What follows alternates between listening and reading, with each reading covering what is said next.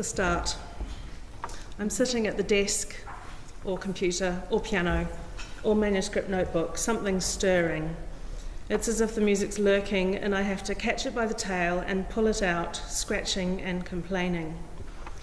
Or I'm falling asleep and some mysterious sounds or wondrous music is playing. I can listen to it for quite a while in my hypnagogic state, half asleep, half awake.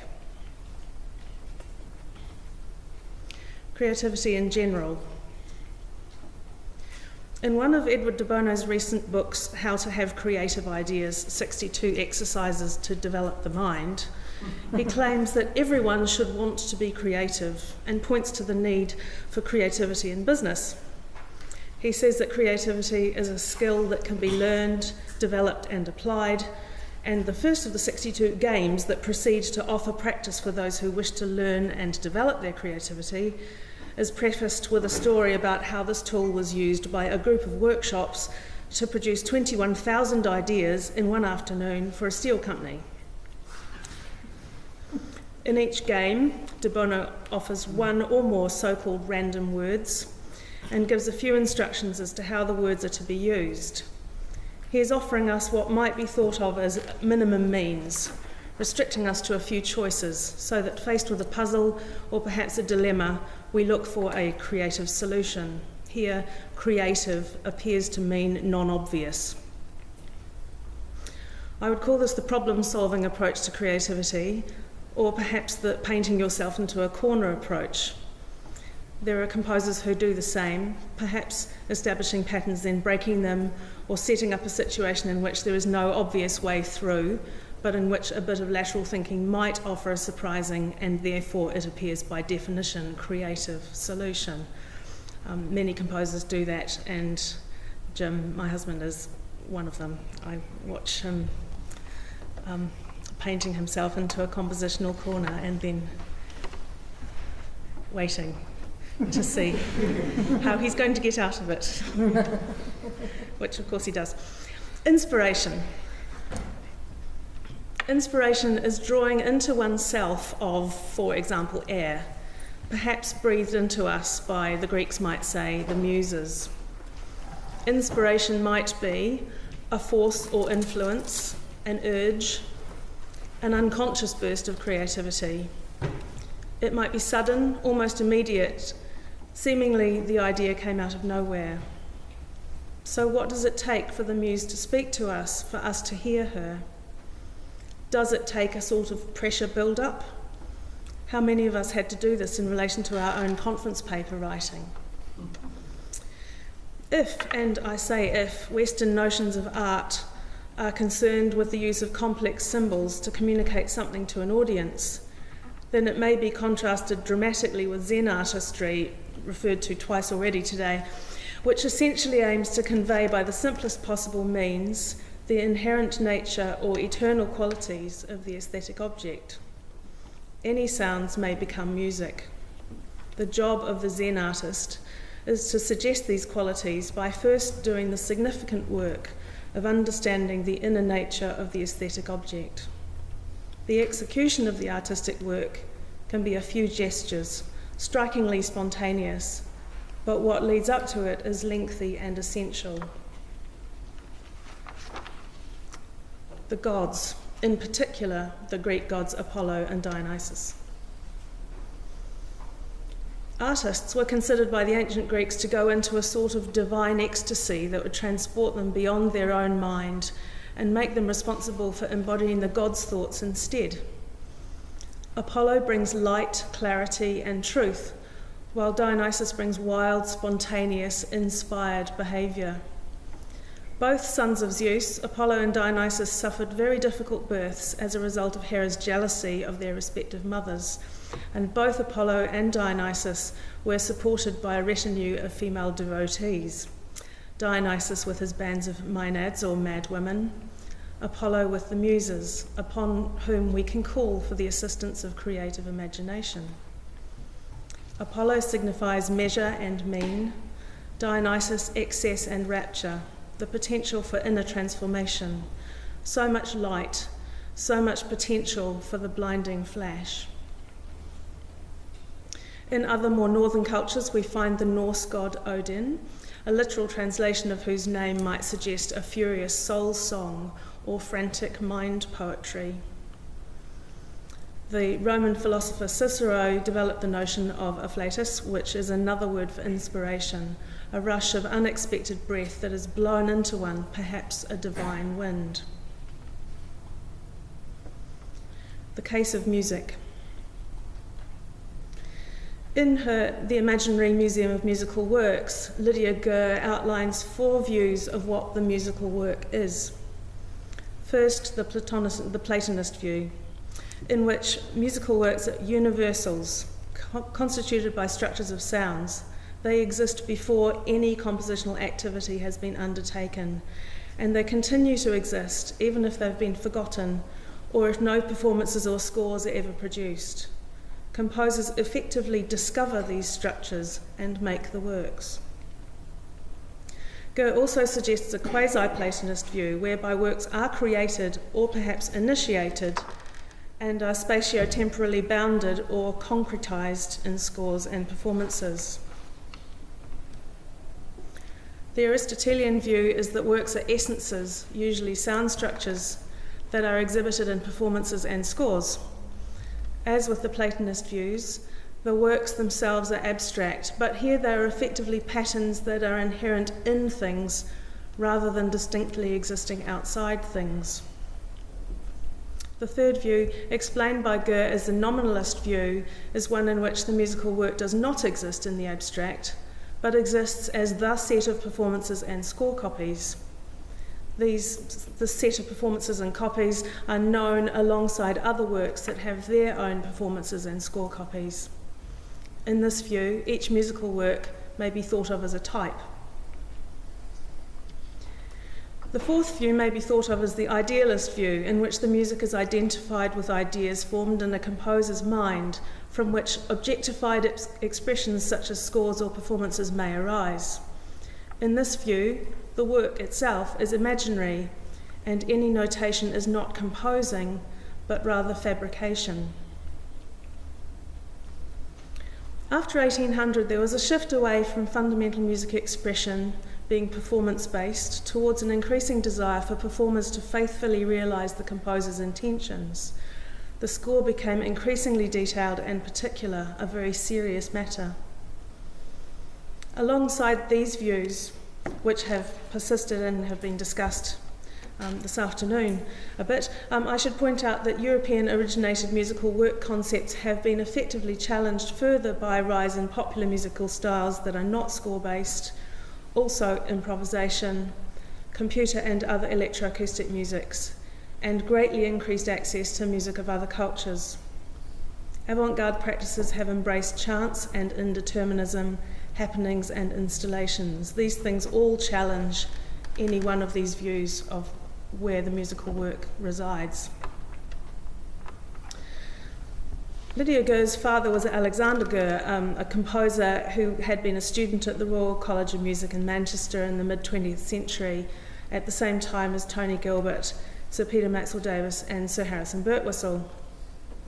Birtwistle has frequently employed layers of systems and processes in his music that are then at some point abandoned, left behind in the pursuit of some other compelling musical process or journey. He has also on occasions created sections of process-driven music and then edited off the initial bars, leaving the process already functioning from that moment on. The 20th century American composer Roger Sessions identified the compositional process as being, in order, inspiration, followed by conception, and then execution. For him, inspiration is defined as the composer having an idea, an impulse that sets in motion the creation, which has a particular style. Conception is the vision of the whole work and requires, in our time, the creation of every time of a formal basis. That sentence reads funny. Never mind. I'll carry on. Sessions writes rather enviously of those periods in which he sees that composers could follow clearly defined patterns or standards which give the artist a basis on which to create freely. Execution, according to Sessions, involves listening inwardly to the music as it shapes itself, allowing the music to grow. This, to me, rather meaningless explanation surely goes no way towards explaining from whence the self-shaping music arose in the first place.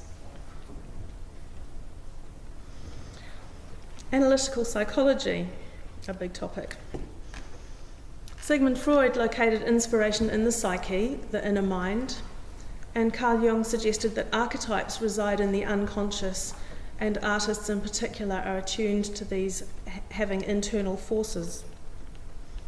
Contents of the unconscious are considered to erupt into consciousness, sometimes with devastating or traumatic effect. The artist may be thought of as living more closely to the boundary between the conscious and the unconscious, and thus both more alert to patterns or images that reside in the unconscious, and both more alert to and also more at risk through vulnerability to them. These effective descents into the underworld or insights into the unconscious can, as they were for Gilgamesh or Osiris or Hercules or Orpheus or Dionysus or Psyche or any of the other deities who were impelled to venture there, they can force a transformational change. But collapse is always present as a real potential outcome. In a kind of Google search for the term psychological collapse, just to see what was out there, I found a new journal, actually, a recent British philosophical journal called Collapse, which brings together writings from philosophers and other writers that have some relationship with the notion of speculative realism, arguing for and against object-oriented philosophy, causality, and the notion of life itself, but that's a distraction. Archetypes are by definition unknowable. We can only refer to images that represent aspects of them. They were posited by Jung as residing in what he called the collective unconscious and have a sort of universal quality. The Platonist view of the musical work described earlier may be seen to match up in some way with this notion of archetypes in a collective unconscious. Composers effectively discovering evidence of these universal sound structures to make the works, and they don't make them where nothing existed before. The 19th century German philosopher Friedrich Nietzsche had the inspiration for Thus Spake Zarathustra while tramping down the mountains of the Engadin in eastern Switzerland, where the fundamental principles of the eternal recurrence of all things and the notion of an Übermensch, or perhaps Superman, came to him from a huge towering rock, as if it had been there already forever, perhaps. Later, arguably suffering from tertiary syphilis, Nietzsche suffered a breakdown during which he sometimes called himself crucified, sometimes Dionysus, and also Zagreus, leading Jung to write on the dangers of identification with the creative principle, claiming that man does not possess creative powers, he is possessed by them. Jung was also involved with the writer James Joyce, treating Joyce's daughter Lucia for schizophrenia. After reading with much difficulty Joyce's Ulysses, Jung also drew the conclusion that Joyce was schizophrenic, announcing that both James and Lucia Joyce were two people heading to the bottom of the river, except that he was diving and she was sinking. Early meanings of the word enthusiasm suggested possession by a god or demon. The contemporary American writer Elizabeth Gilbert, author of Eat, Pray, Love, recently presented a TED talk on the subject of creative genius and how we ruin it, proposing again this not-so-new idea that instead of being a genius, we have a genius. Gilbert's explanation of genius here suggests the benign nature, spirits or demons or daemons in Greek mythology and Hellenistic philosophy, and these ideas were revived more recently by such writers as Philip Pullman in his Dark Materials trilogy, where we see that a person's daemon must never be too far away from them. Gilbert talks about her need for a safe psychological construct to protect herself from the critical reception of her writing, and expresses dissatisfaction with the way in which the rise of rational humanism put the creative source inside the human rather than outside, like God or a daemon. Gilbert says this is too much responsibility to put on one fragile human psyche. It's like asking somebody to swallow the sun. It creates all these unmanageable expectations regarding performance, the maddening capriciousness of the creative process, which does not always behave rationally and can sometimes feel downright paranormal. Perhaps what we need as composers is sufficient self-knowledge, led with a spirit of open-minded inquiry, to recognise clues from our unconscious, both personal and collective, if we go along with Jung, and work with them consciously. So, thinking back to inspiration, musical inspiration, pulling the cat by the tail out of the unconscious, only to find that it's a tiger or a hamster. Do we have a sense before we tug hard on the tail as what we might find in the cage with us? Intuition is what we know without knowing why or how we know it. What we know or don't know or only suspect as we try to pull our inspired music out of the unknown part of us, or realise with the help of our daemon or genius. If we call ourselves composers, there is often a promise, implicit or explicit, that we will create something for a particular group of performers or an event to match a particular brief, as described in some detail by Chris just before. This brief may be internally or externally generated. We are committing our imaginations to an outcome. What if inspiration leaves us? This too can be terrifying. We also need to develop intuition through experience, intellectual inquiry, practice, and more experience about how our music will sound. How will the performer or performers make it sound? What do we write or omit to write on the page for the result that is closest to what we imagine? Is the performer attempt something to be written into the planned essence of the work? Brian Fernyhoe's 3 time and motion studies play with, indeed, he circuit bends the notion that it is the performer's role to realise the composer's intentions. By writing works that are probably just beyond playability, even for the most remarkable and rehearsed performer, Fernyhoe creates the necessary conditions for a performance that is high energy and high risk, almost certainly intended to fail, interestingly, through pushing beyond the limits of performance and notation. Or do we choose electroacoustic composition as an approach in order to do various things, including perhaps avoid the composer-performer unreliable interface? Of course, even with EA music, we're still reliant on some uncontrollable elements, such as the room acoustic, speaker setup, audience behaviour, etc. But apart perhaps from technology failure, this is also largely true of a live performance played or sung by real people. Surviving the creative process. So, if this genius on loan may be seen as triggering resonances in some part of our unconscious, then our participation in the creative process might be easier to own, without the swamping overwhelm of feeling solely responsible for the enormity of what might be going on in the background.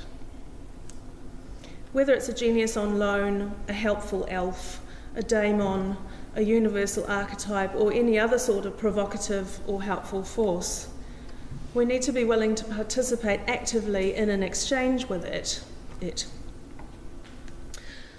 Another way I've recently conceived of imagining these unknowable archetypes or things is that they might be like threads running through the fabric of our human existence, sometimes running closer to the surface, and thus feeling closer to being recognised, but never actually seen or actually felt directly.